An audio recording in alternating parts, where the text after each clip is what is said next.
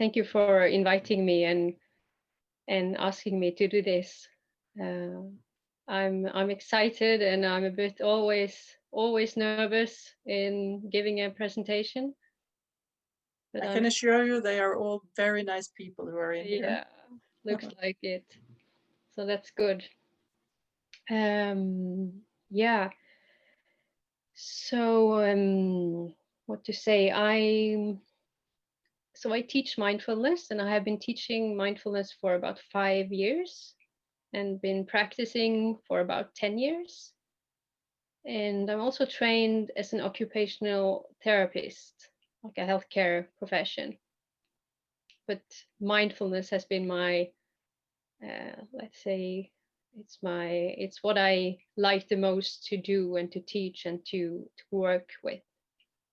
And I've been teaching mostly, I've been working with people with burnouts and, yeah, the different forms of burnouts and fatigue and just people that have been living with high burdens over a long time.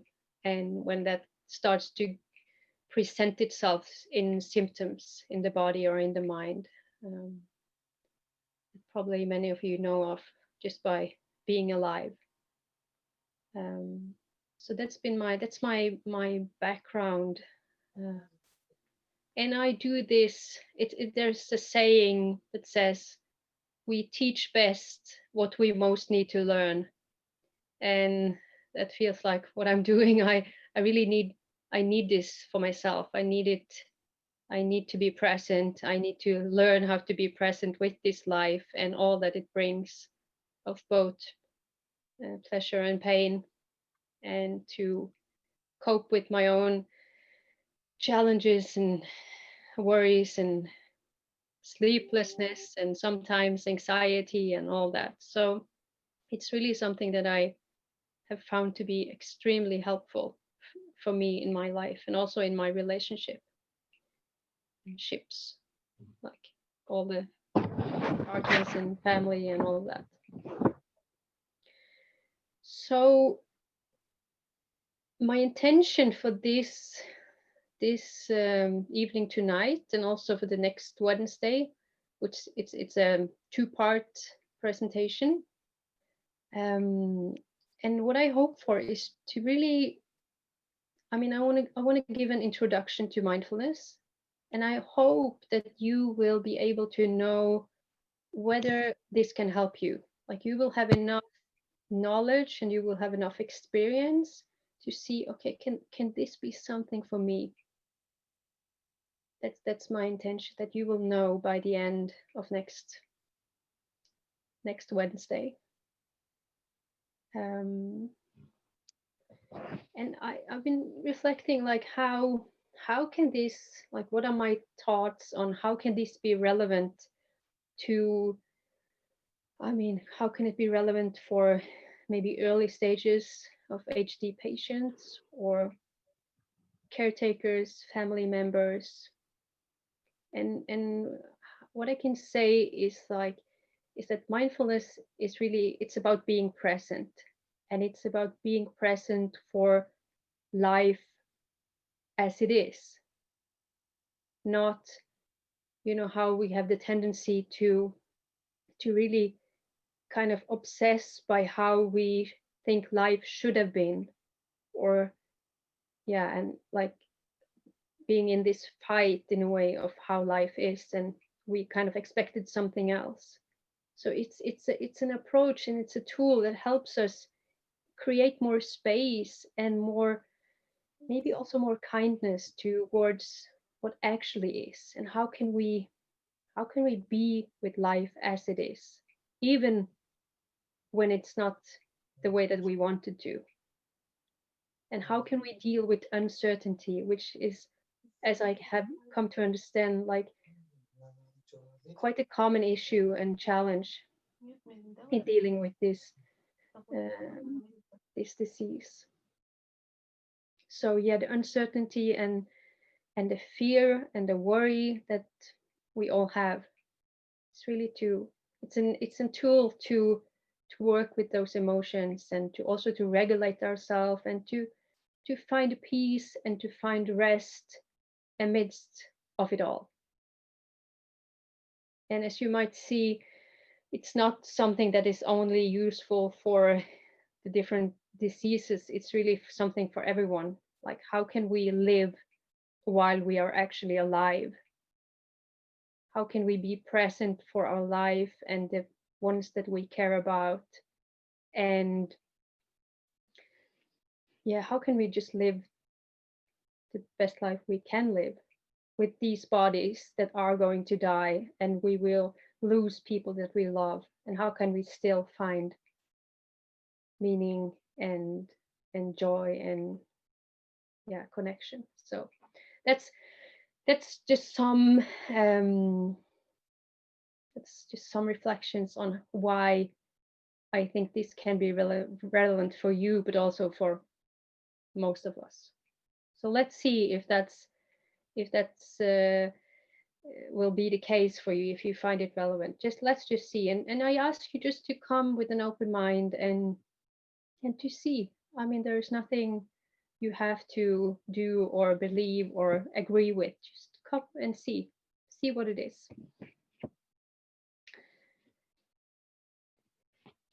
So today I will focus mainly on like what is mindfulness, and the next Wednesday, next week, there will be like a more of a deepening into how can we relate to the difficult emotions like uncertainty, fear, and shame, and sorrow, or whatever, and also our thoughts and worrying.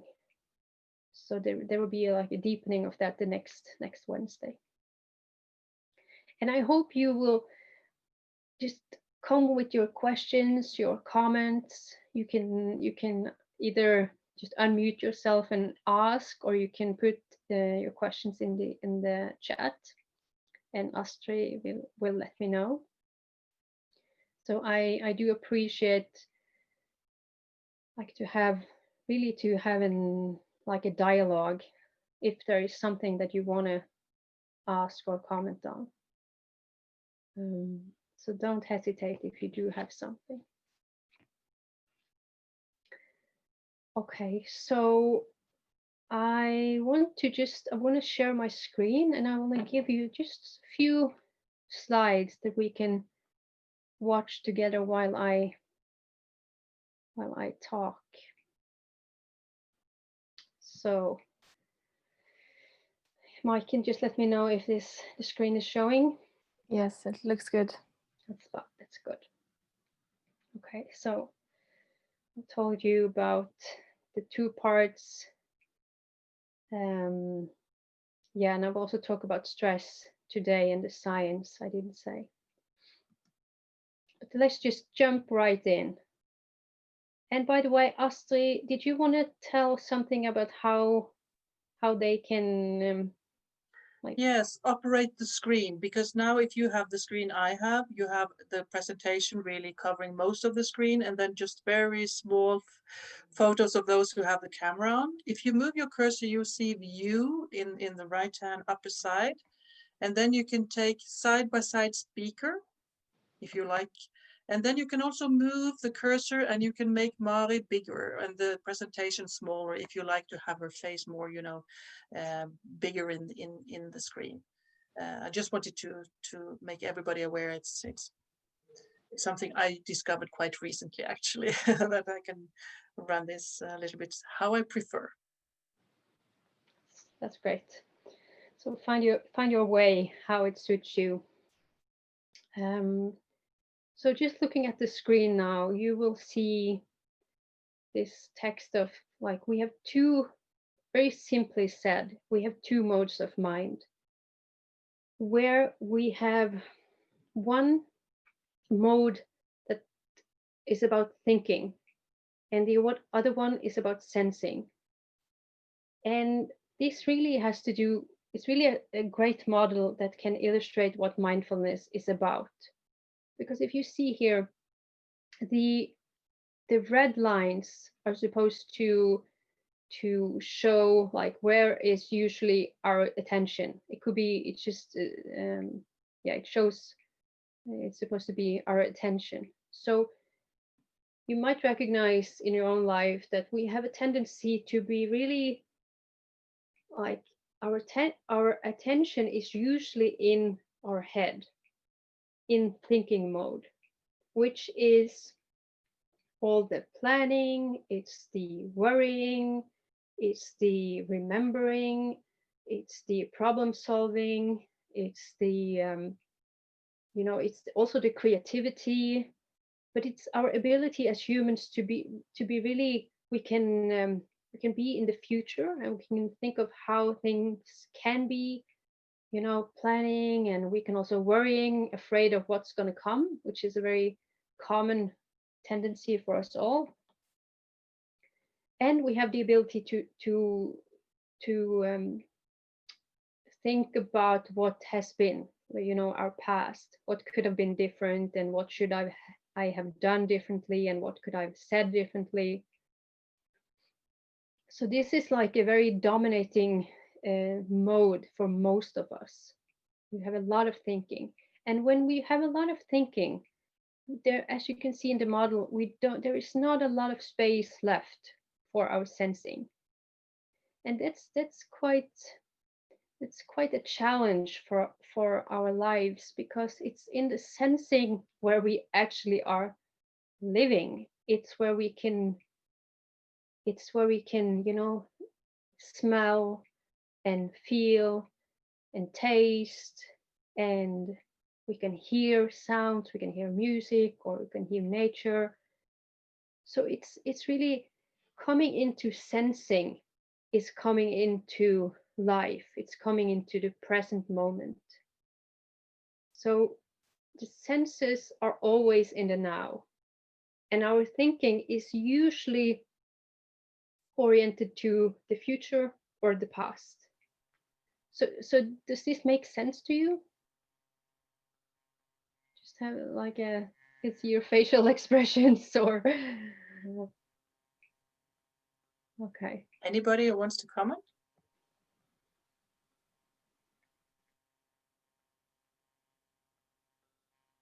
I think it makes sense. It's definitely easy to recognize what you are saying about all the thinking and the worrying and the future or the past. Mm. That's fine. So I just move on, and you just jump in if there's something. So anyway, it's not like this is really just a simple model, and I will bring it back to you later in the presentation. But it's really to take in, and we can do like a very very simple short practice even here. Like, what does it mean to you to turn your attention from thinking mind to sensing mind? And it's like an opening to just feeling how you're sitting. It can be just noticing, okay, am I warm? How is my skin? Is it warm? Is it cold? Can I sense the clothes I'm wearing touching my skin? Listening to my voice. Maybe there are also other sounds in the room. And what if you also notice your breathing? And maybe you find that there is some tension, and that's not a problem. It's really just to, hopefully you just have the sense like, okay, there's a different kind of mode, from maybe now thinking and trying to understand and to apprehend, but from just into the body. So sensing is about the body. So, and just to say, there's nothing wrong with thinking. We just want more of a flexibility. I want to be able to regulate my thinking when I am obsessing about my worries, not knowing how the future is going to be, fearing, just in my anxieties. I want to have the possibility to regulate. And how I do that is by sensing. So it's not that there's nothing wrong with thinking. I mean, it's a great gift that we have, but we want to be just more flexible in these modes. So what we see is that in depression, in stress, different all the kinds of stress that we have, and anxiety, and obsessive worrying, there is one key maintaining factor, and you might guess what it is. It's the overuse of the thinking mode. It's what maintains our attention, our stress, our activation in the nervous system. So that's why it's an entry point to just become more aware of my thinking and my staying in the head, and how can I navigate, how can I kind of adjust.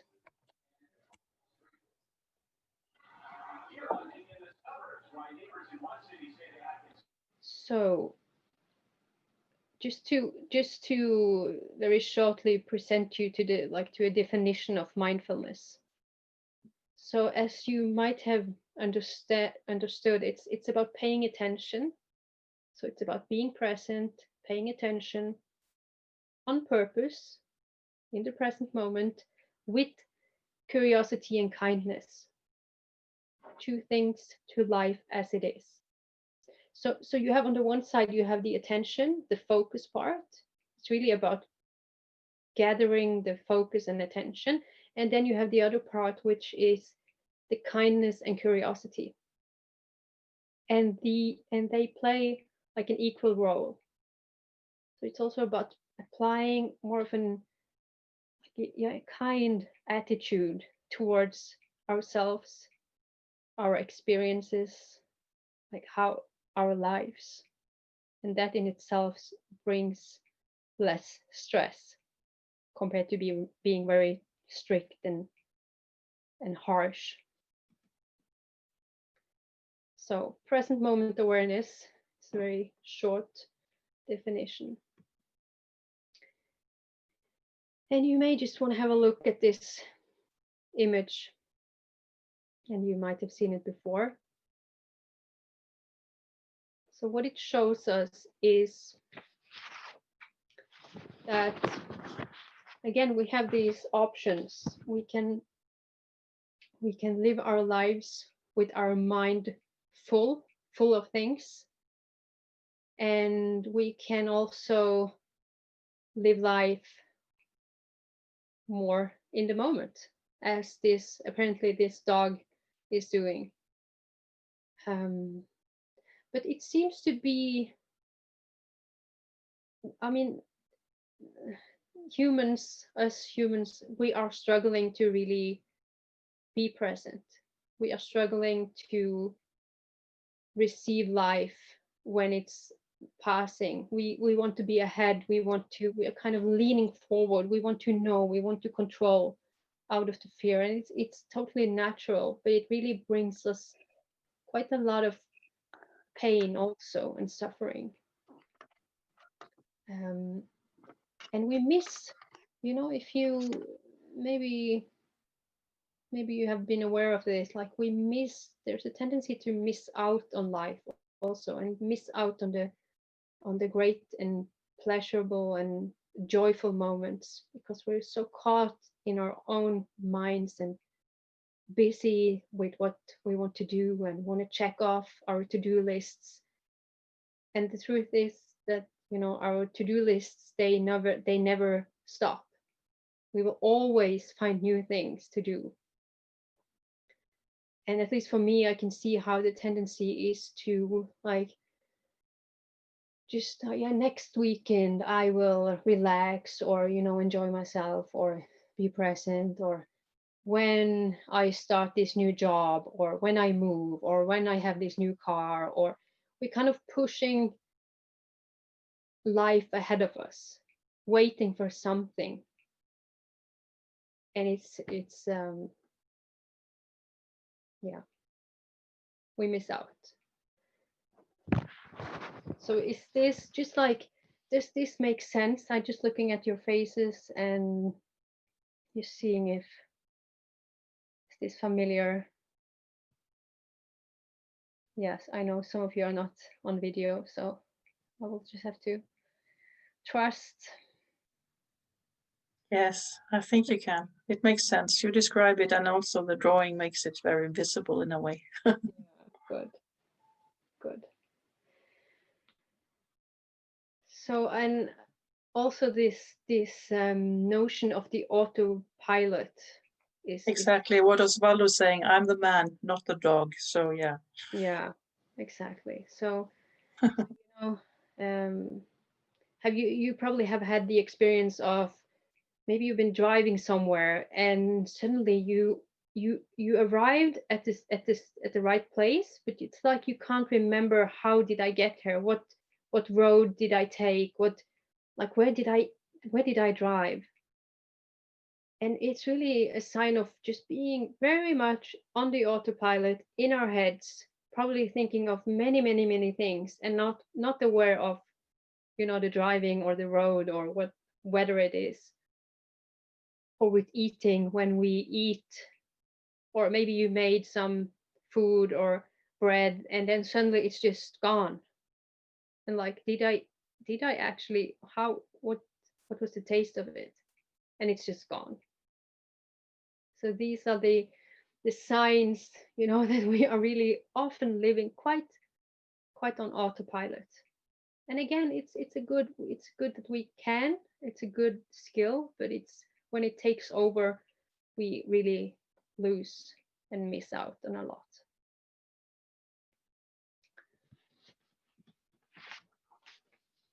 So here's just some images that I want to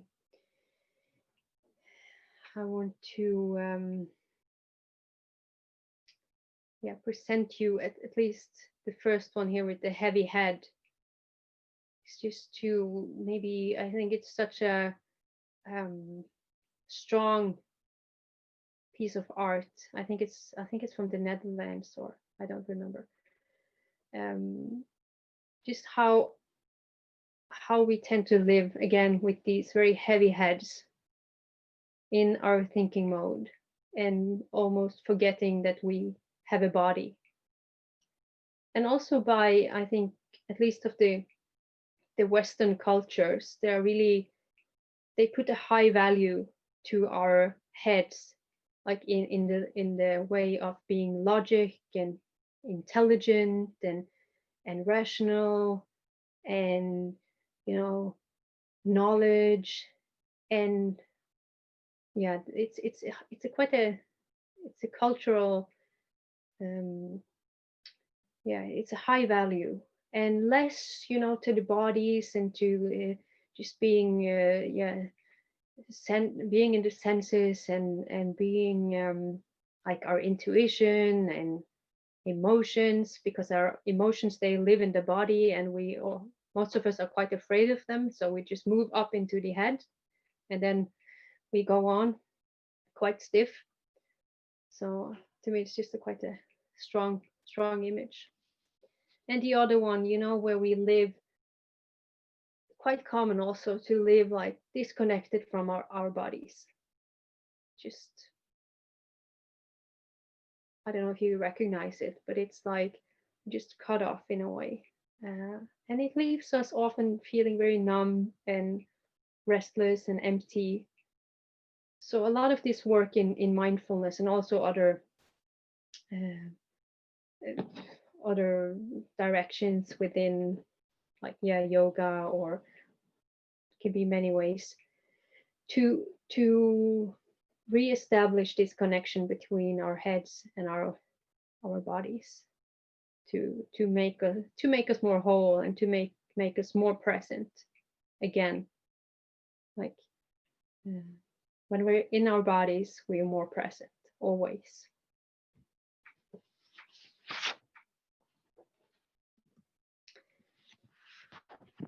And I want to really put some attention to this fact that we can we can really train our minds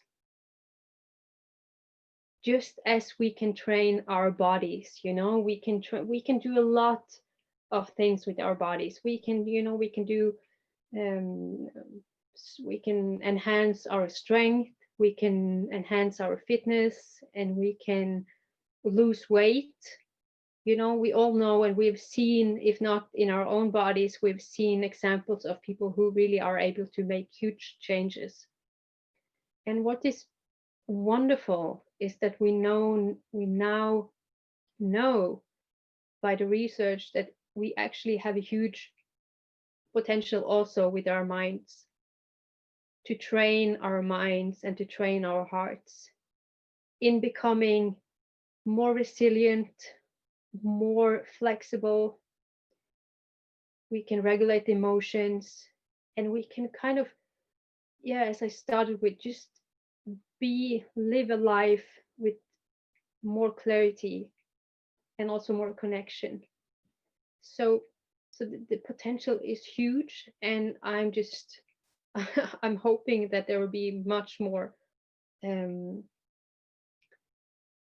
be given more attention to this field, and I think it's coming. But just as we can train our bodies, and we can learn new skills, we can learn to play chess, or we can learn to bike, and we can learn to drive a car, we can actually learn to handle our minds also. So I feel a lot of optimism around this fact. But it does require training. It does require effort. It's not like it just happens. So it's the same with any other thing you want to learn. And I will share with you at the end of this session how if you want to try it out and see how is your mind responding to this training, I will let you know how you can. So, no time to rush. It's a story that I heard from one meditation teacher that I wanted to share. And it's about a woman who had a 1-year-old child, and then she was diagnosed with some terminal cancer. And she was told that she had 1 year to live. And she was into meditation, and she came to this, like, okay, there's no time to rush. And I feel like that's pointing to what this is about again. So to become even more aware of the time that we do have, and all of us have limited time, and how do we want to spend the time, and to slow down, pay more attention. So however that lands in you.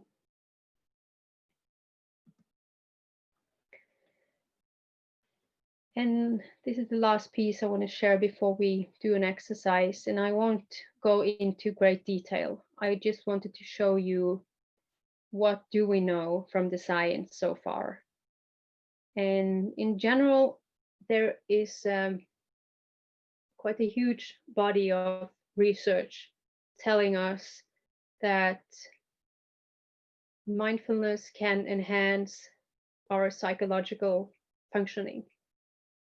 The science is stronger on our mental health than it's on the physical health. So it's really about our ability to cope. That's what it is. And you will see, and there's a lot of research on depression, especially, and with very good results, and especially recurring depression. And then we have the changes in the brain that has been giving a lot of attention the last years because it's popular, this neuroscience. But what we can see here, it's quite interesting. So what we see is that the main effects of mindfulness exercise training over time is that it increases attention, focus, memory, and learning, and also emotional regulation. So again, we have less impulsivity. We are able to, to cope better, and we're also able to recover more quickly. So when we have difficult experiences, it's like we can bounce back more quicker. So I won't, because I find it to be sometimes boring, but just let me know if you have any questions about the science, and I will see if I can answer you. I couldn't find any specific science or research on HD in particular. There has been quite a lot of research in Parkinson and MS, but not a lot. There hasn't been, the focus hasn't been on the psychological possibilities or treatments. There seems to be more of the physical and like the medicines. So I want to move into an exercise with you guys. Just an invitation, and it's for you to just explore some of what the things that I've shared and pointed to. So what I want you to keep in mind is just this model of the thinking and the sensing. And what I will do, I will guide you into sensing. And it's nothing, you don't have to perform, you don't have to do anything, just do it the best you can, and you will see how it is for you. And I would like to invite you into a practice of about 8-10 minutes. And what I suggest to start with is just to find a comfortable position. And you can just sit just where you are, but just make some adjustments and see, like, how can I fit into this chair as best as I can. And it's also useful to put your feet on the ground, that you really feel like the feet touching the ground. And you can also close your eyes. And if that isn't comfortable, just leave your gaze very soft and maybe downcast, just to rest your eyes.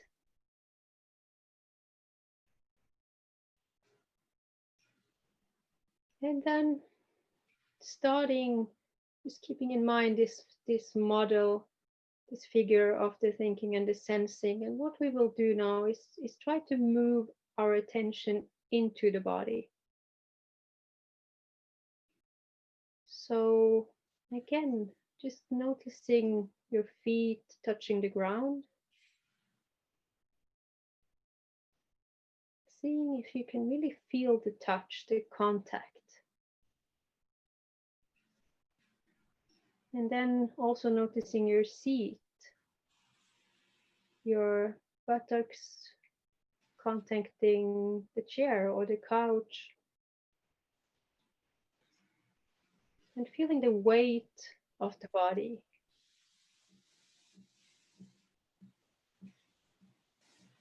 And then moving the attention into your arms, your shoulders, maybe softening a bit in the shoulders. And noticing your hands. And see, there might be any maybe tingling or vibrating. Maybe you can sense the temperature in your hands.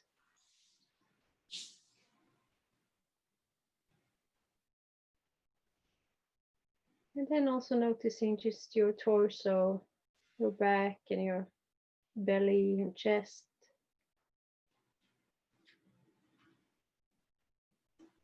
And then noticing your face.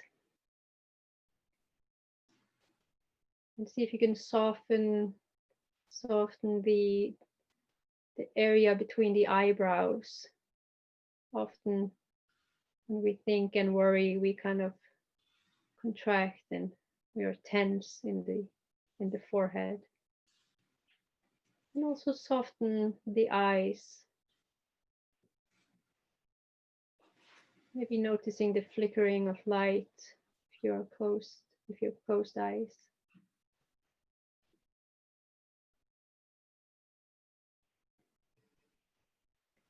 And then notice your jaw. And maybe there can be some softening also in the jaw.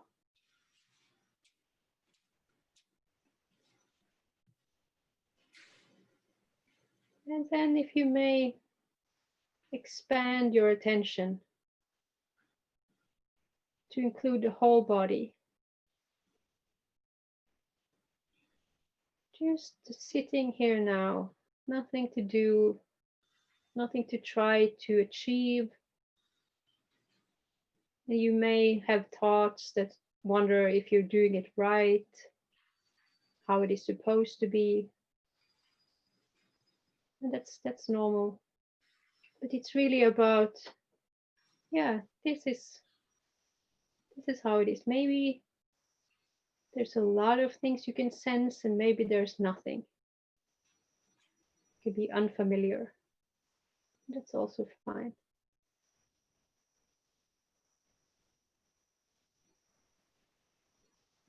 You will most definitely notice that suddenly your mind has wandered away.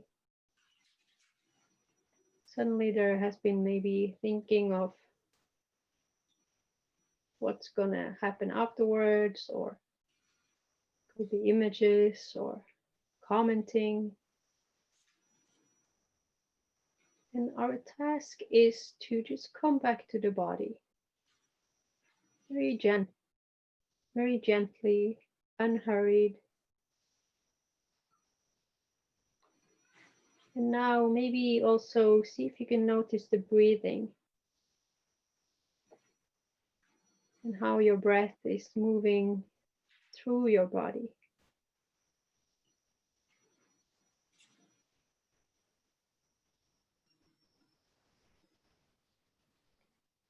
And you can even put a hand on your belly, just a soft hand, and see if you can follow very closely how the belly expands on the in-breath and how it contracts, come together on the out-breath.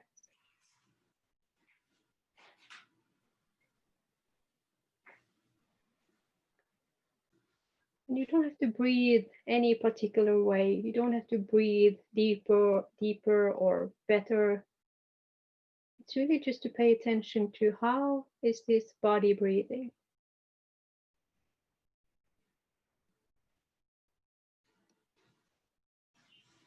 And paying close attention as best as you can.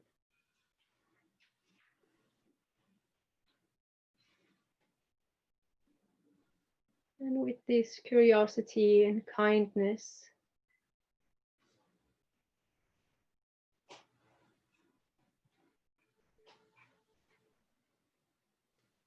and when the mind wanders, you notice that it has wandered.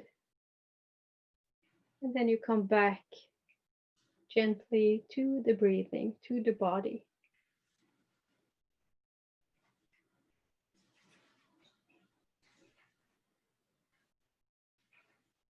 And again, expanding the awareness to include the whole body.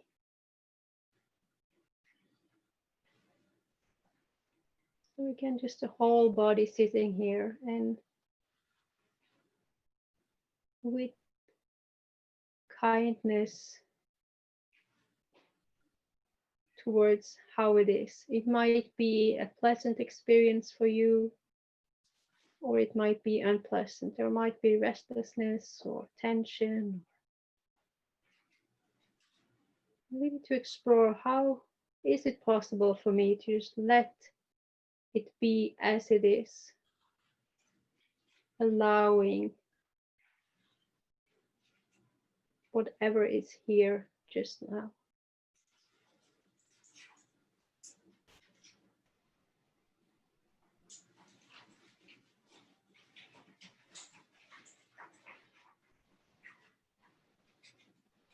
Again, noticing your feet touching the ground, noticing your chair, how your body is in contact with the chair. Maybe how your arms are resting on your lap.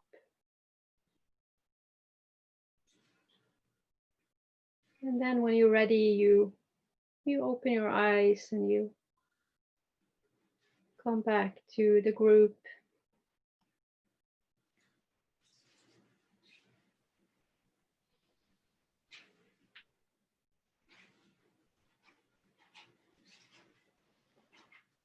And I would love to, if any one of you have, if you want to share, what did you notice? And it's not about doing it right or having like, there's not one like correct response. It's just an exploration. How was the experience in your body? What happened in your mind? I almost fell asleep right away. Yeah, that's common. You relaxed then. Yeah. And how do you feel now? Sorry. Now I feel very relaxed in my body, very calm. Yeah. Marie-Odile? Relax and mindfulness with all my body, from the top to my tiptoe. Okay. Ina, you wanted to say something? Yeah, I was going to say I felt very relaxed, and my mind does stop with all the things that go on in it. When I've done this before, and it does help.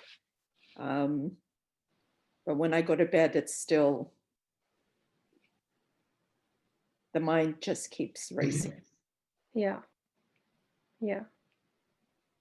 Yeah, that's also, it hits us as at our most vulnerable, when we really need to rest, then the mind is usually, it can go quite crazy. Yeah. And have you tried these exercises like before bed or in bed? No, I've tried them here in the living room. I've not gotten as far as, which I should. I have plenty of apps on my phone with mindfulness. It's just, by the time I feel that I'm ready to go to bed, I feel exhausted, and then I get upstairs, go to bed, and it's like, okay, Yeah. mind, just shut off, please. And it doesn't. Yeah. So it would be something I should try. Yeah. Could be.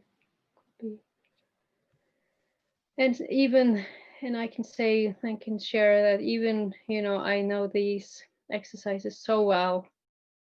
And sometimes it just doesn't, there is nothing that helps, the mind is just too active. And yeah, so sometimes it's not a magic pill. It won't work every time, but it can, over time, doing it regularly can help us regulate our nervous system also.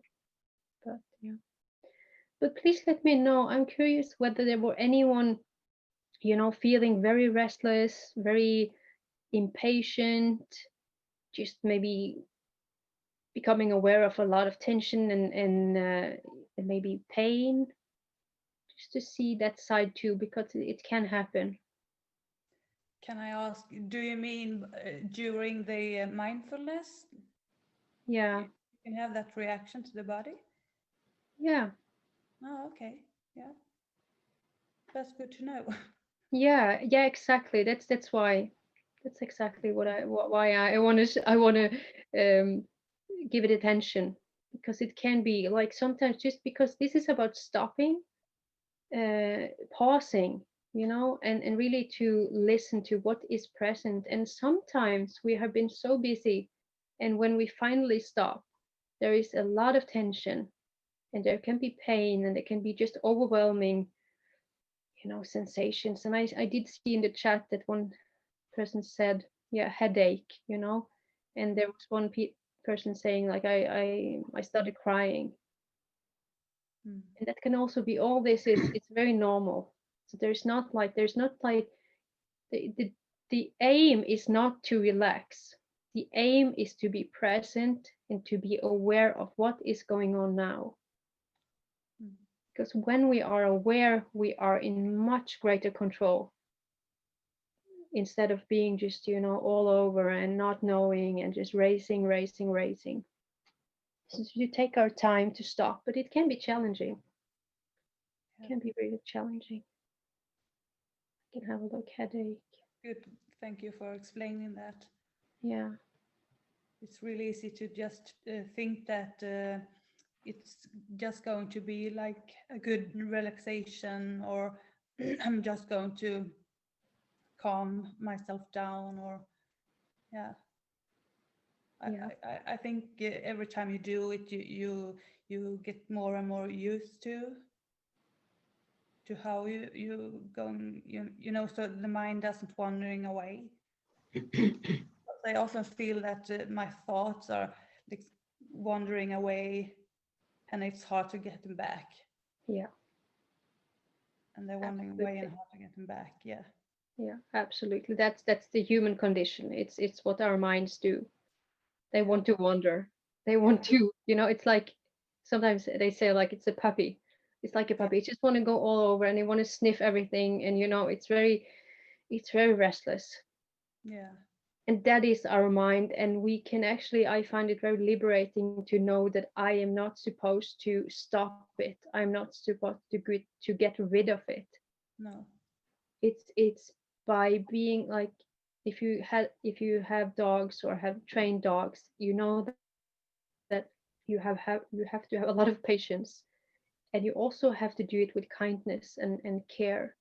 Because if you train dogs or any other animal with a lot of, you know um, critique and harshness and punishment, you will have a very frightened, nervous dog. Mm. And we can really apply that to ourselves too. If you want to train our minds, we have to be very kind and patient. Yeah. Otherwise, we just end up very, nervous, as maybe most of us already have some tendencies to, like being in a fight with ourselves. Mm. Yeah. But I'm aware of the time, so I think we need a break. But is there anything that need to be said now? I'm sorry that I came in late, but I came just in time for at least to have the mindfulness. So I'm happy for that you gave me the opportunity. It's a good one. Great. Good to have you, really, Teresa. I think we will just have a few minutes. I think 5 minutes is fine, Mari, because this is a calm session, so it's less demanding than maybe some of the others. So thank you so far. It's been great. And 5 minutes, and you can grab something to drink or stretch your legs if you like. And then we will be back at 8 my time on the hour exactly. To give a clear answer to that, because I probably there will have to be like a neuro, what are they called, psychologist, or somebody who really knows the brain and the disease. Because I mean, I can be sure that it cannot, of course it cannot cure the brain damage, but maybe it can delay to some degree. That's my like feeling to it, but I don't know. May I have a comment on this, please? Sure. Yes, please do. You're a neurologist, aren't you, Shaima? Yes, yes. Ah, Uh, wonderful. I think it would be helpful if it is early in the early stages of the disease, because any training do we have on our brain tissues or cells, it enhances something which is neuroplasticity. And in this neuroplasticity, the already active cells, the healthy cells, take over the function of the unhealthy cells.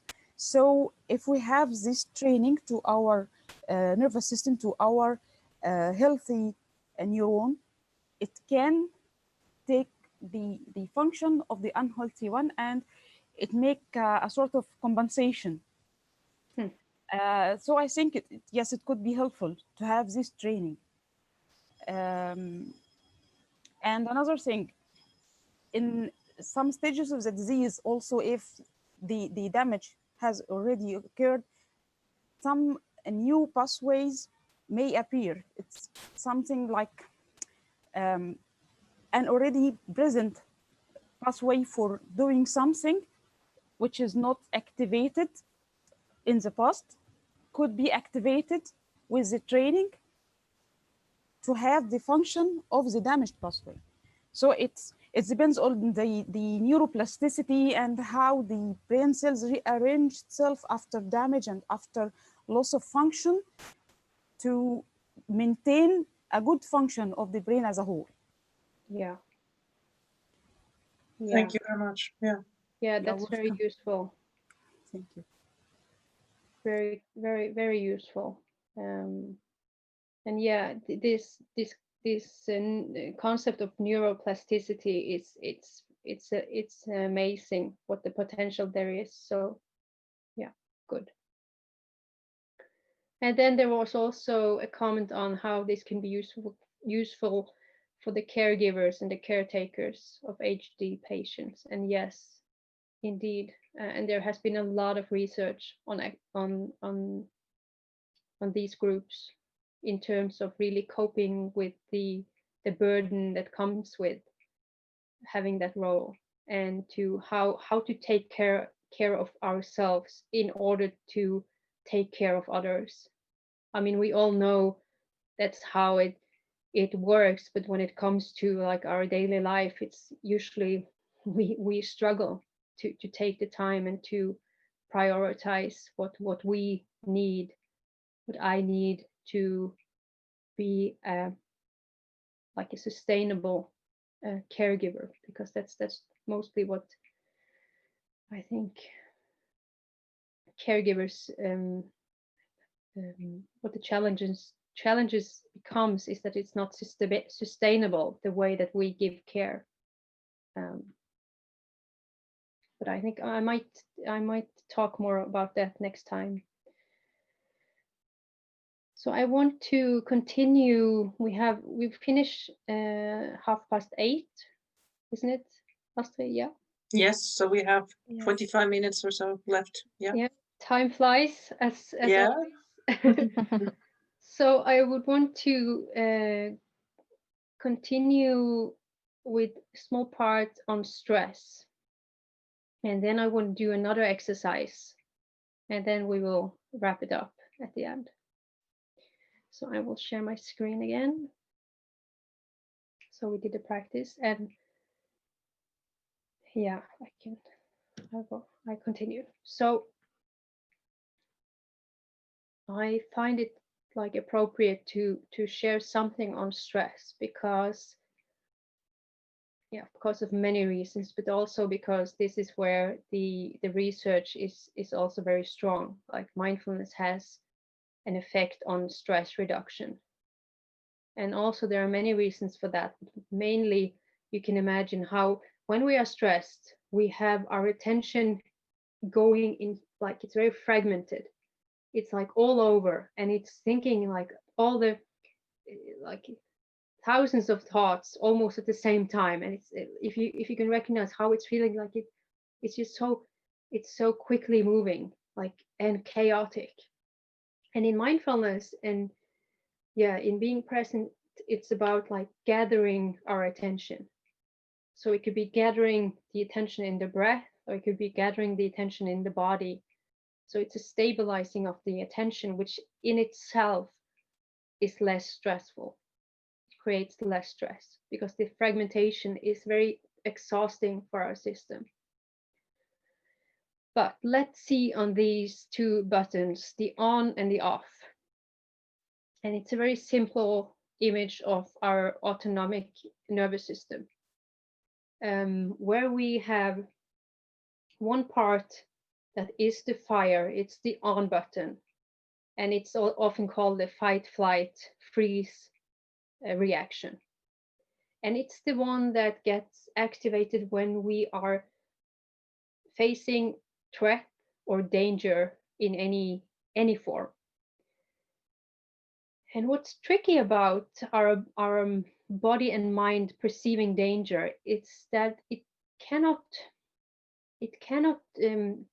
make up the difference between an actual danger, like almost having a car accident, or almost I don't know, getting into a fight, or maybe your child is running into the road, and you have to react. It cannot make the difference between those real situations and our imagined situations, which means that I can create a lot of stress sitting here in my chair, starting to worry about tomorrow, about next year, about how my life is going to be, what happens when this and that happens, how will I be, how will my family be, how my health, and all the questions. So I'm sure you recognize this. Like you can sit and you can be safe at home, and you can have like quite a huge stress reaction. Like at night, trying to sleep, all our unfinished business just surfaces. So yeah, we have this on button, and we all know it. And we know it by our heartbeat racing. We know our breathing, it's getting like faster and more, maybe more in the chest and less in the belly. And we have the sweaty hands, and like we have more attention, there is more energy in the body, and we are in a way more, we are very on guard. And it's a wonderful reaction, and it's what have made this species, the human species, survive. So it's a great reaction. But what seems to be the case is that it's just unbalanced. So we seem to be on the on button a lot and not so much on the off, because we also have an off state in our nervous system, which is the state where we feel safe, where we can rest, where we can recover from whatever challenging situations there have been, and where we experience love and connection. So I'll just have a look here, and I think I can show it even better with the next slide. So the problem is not that we have stress. Stress can be very it can be good for us, actually. It can be good, and it makes us perform better, and it can even enhance our immune system. But the problem is, I will see if you can see my cursor. The Yes, white you can see line, it. yeah, good. So the white line is like what is a healthy, very healthy stress curve. It's when it's, you can have phases. You can have a week, or you can have a month, or whatever time. And then there is a phase of more rest. And then okay, something happens, and there's a stress reaction activation, and then there is more rest. So this is not a problem. Our system is very good at handling these acute, not so long lasting stress phases. what is the problem is when stress is long term, you don't have the down phases. You see, like this is just like there are small ups and downs, but it's not the long. You have to be down here to really recover. So what happens? You know, our bodies and minds cannot cope with long-term stress over, like, there's a high burden over a long time. Usually it doesn't work. So at some point there will be some kind of reaction in the body, you know, burnouts, physical symptoms. It could be mental, it could be depression, it could be anxiety, panic attacks, it could be just total exhaustion. It could be the onset of diseases. It could be a breakup, like a divorce, you know, it could be anything. But the point here is that really to explore in yourself, how is my stress curve? And do I have my I don't know the word, like, do I have my ways of coming down and turning the off button? And this is where mindfulness is applicable. It helps us to find our rest. But there are other ways, of course, too, but this is one way.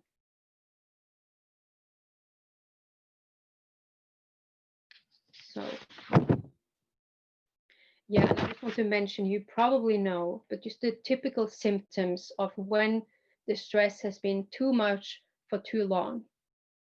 It can be the headache, it can be dizziness, it can be like feeling of like the heart rate is like the heart is racing, even if when you're completely still. It can be like restlessness and just feeling of distress in the body. There can be digestive issues.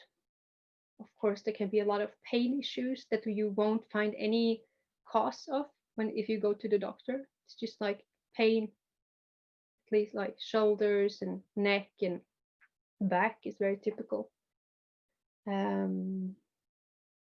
Yeah, depression, infections, all these things are typical stress symptoms.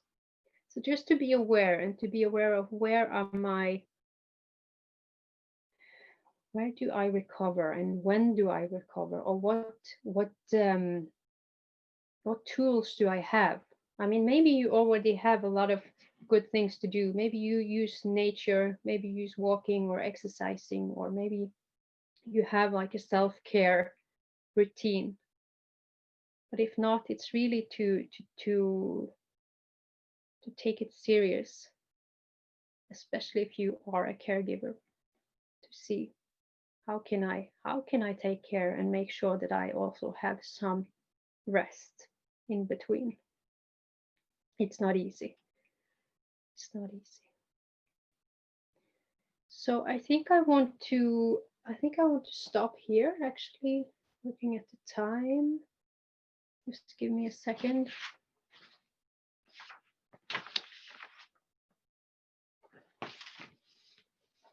Yeah, I want to show you this one, just as a summary before we go into the practice.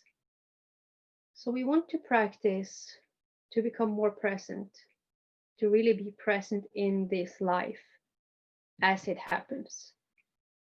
And I wanted to be able to step out of my autopilot and to have more choices in my reactions. And I want to also regulate my emotions for myself, and also when it comes to how I am with others. And again, this rest part, I want to be able to have rest.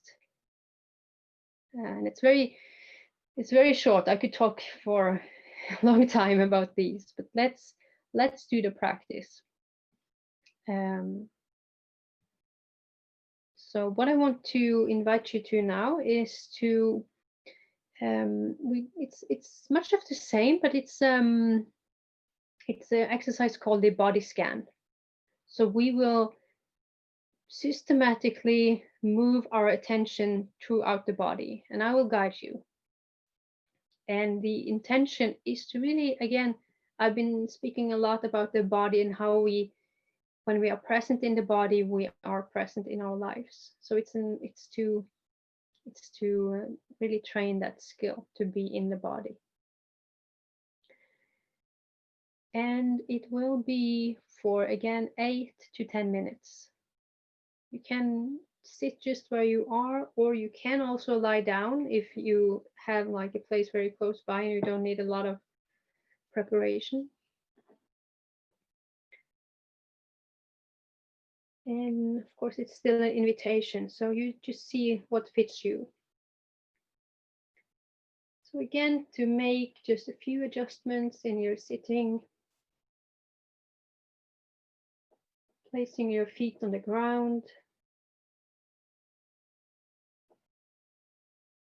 and really feeling into just sitting. Nothing to perform, nothing to do in the right way. Just an exploration.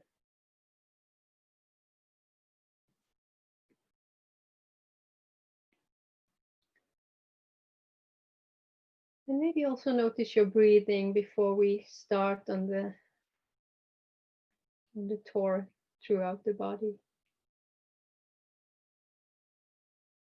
Just notice the breathing without having to change it. Maybe it's short, maybe it's deep, it doesn't matter. So often, oh yeah, here is the breath.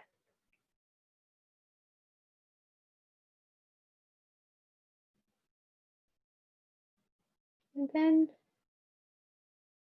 you can start moving your attention into the feet. Really, really paying attention to the feet touching the ground. Feeling into this contact.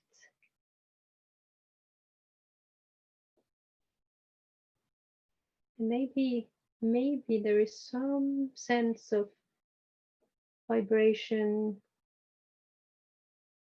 feeling of like very subtle movement. Maybe you can even feel your sock or your shoe, including your toes. And including the front of the foot.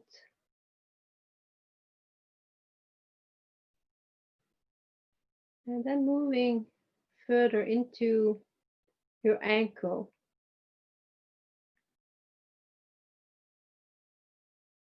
So both feet at the same time. And for some people, it can be helpful to imagine, it's almost like you having a light or a torch light lighting up now your feet, and then slowly also including your lower legs. So it's just about feeling from the inside. And perhaps there is a lot of sensation, and perhaps there is nothing. And you can relax even if there's nothing. Then it's just a practice, and it varies from day to day. So including the lower legs, with the shins, the calves,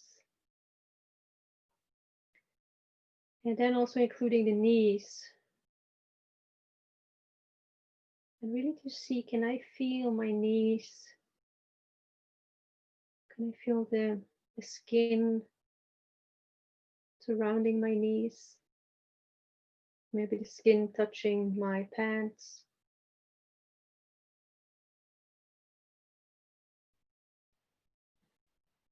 And then moving it further, including the upper legs.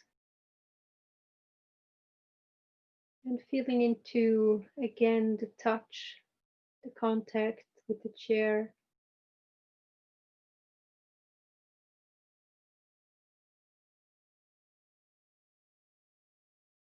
And see if you can also include the sides of the thighs and the insides.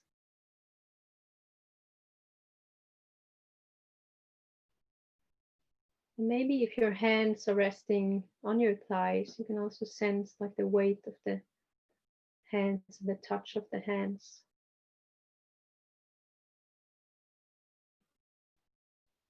And then see if you can feel both legs from your hips into your toes at the same time.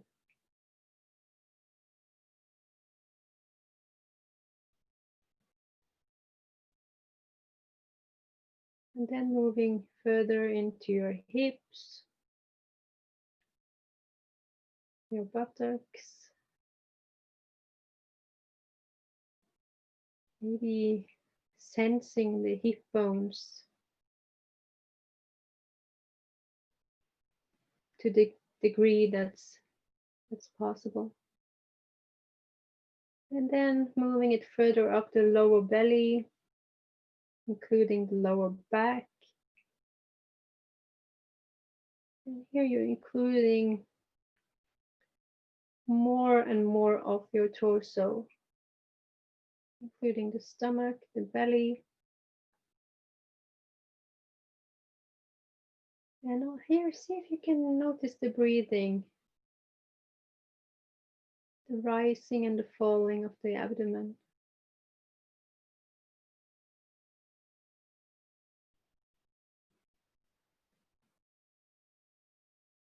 And including the back, maybe if the back is touching the chair.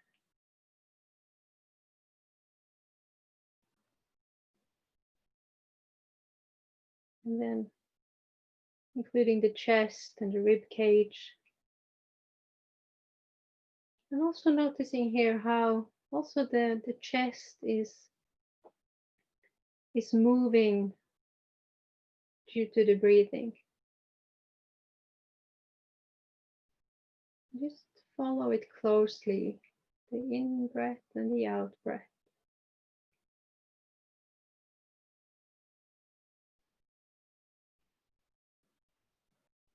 And the same goes here as the past exercise. When the mind wanders, it's not a problem.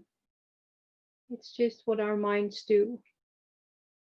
So as soon as you notice, you gently and kindly come back to the body.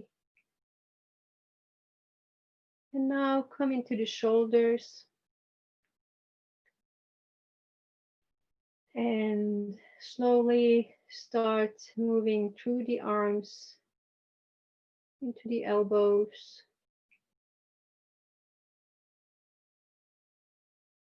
to the lower arms,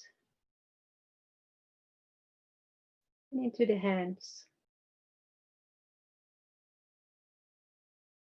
And our hands are so sensitive. So maybe there is again some sensations here. Tingling, temperature. Maybe just something that is not even easy to put a name to, just some kind of sensation. And then noticing both your arms just filled with attention.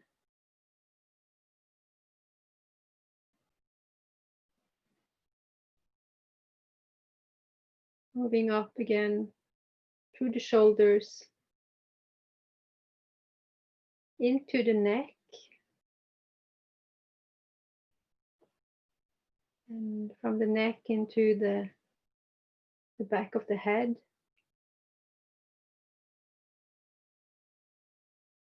And moving towards the top of the head, And see if you can just really feel your entire scalp.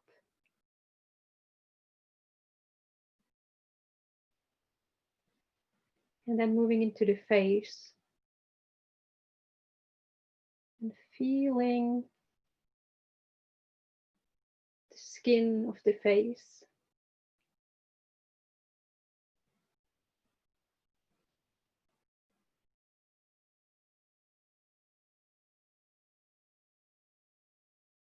Whole face.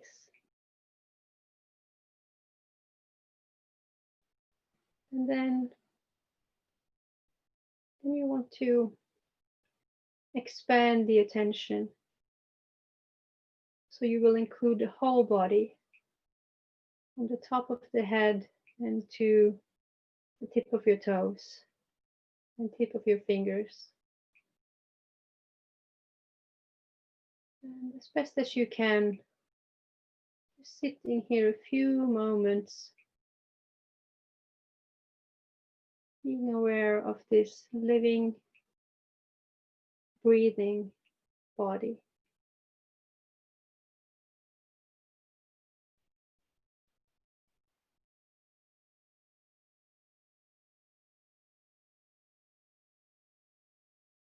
Can I be with this just as it is? Can I allow myself to just be as I am?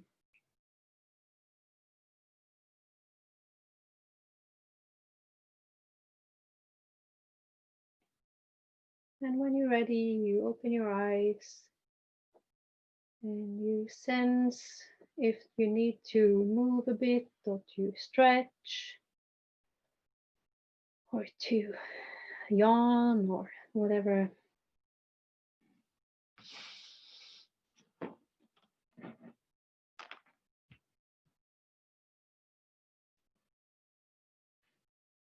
And again, I am aware of the time, but I would want to give space if there is any questions, any comments. Would that be all right, Astrid? Yes, sure.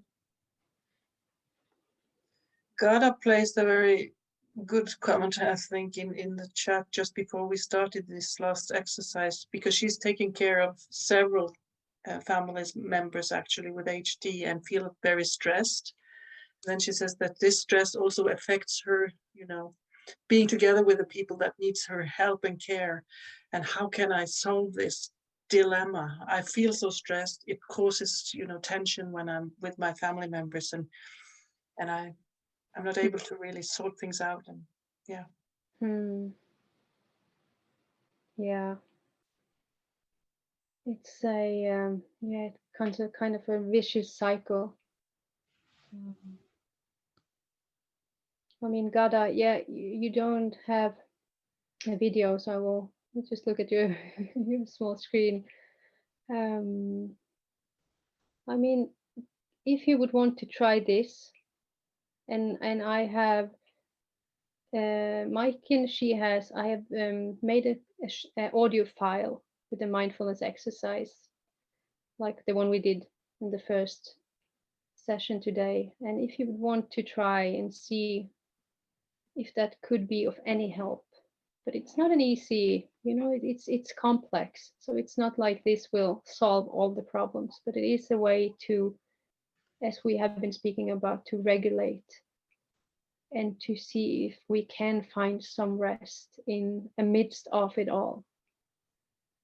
And it's really to take serious when you feel the way you feel. Yeah. What I really like, Marie, what you emphasize is also the kindness. So we need to be kind to ourselves and say, I need to take care of myself, in the sense that I need to find ways to get a break, to find something that really is good to me, and being this or other things, but really schedule and plan time for that, because be nice to yourself, actually. Yeah. Yeah, definitely. And I will also speak more to that next next Wednesday, like the how. And there's a lot of research also on this theme of being kinder to ourselves and how that really creates less stress, less anxiety, less depression. And it's a skill that we can train. We are not taught how to. So. Great. People are saying thank you. So it's been a really nice session this, and I really hope to see you all next time, because then you will follow up, as you have said several times. And also we will be provided with by the email, is it, Maiken? The email? Yes, the audio that Molly Yeah. has recorded for us with one of these trainings, or what you call it, exercise, or yeah. Yeah. So you can do practice. Yeah, I will send it to everyone who registered for the meeting, and yeah. Good. And I really recommend you to if you want to, during the week, every day, if you can, do some practice. If it's 2 minutes, 10 minutes, that's fine. Because you have to try it to see if it can help. And there's plenty of resources on the internet, apps, and YouTube and Spotify, but it's about doing it. It's really about putting all else aside and really sit down or lie down and pay attention. Yeah.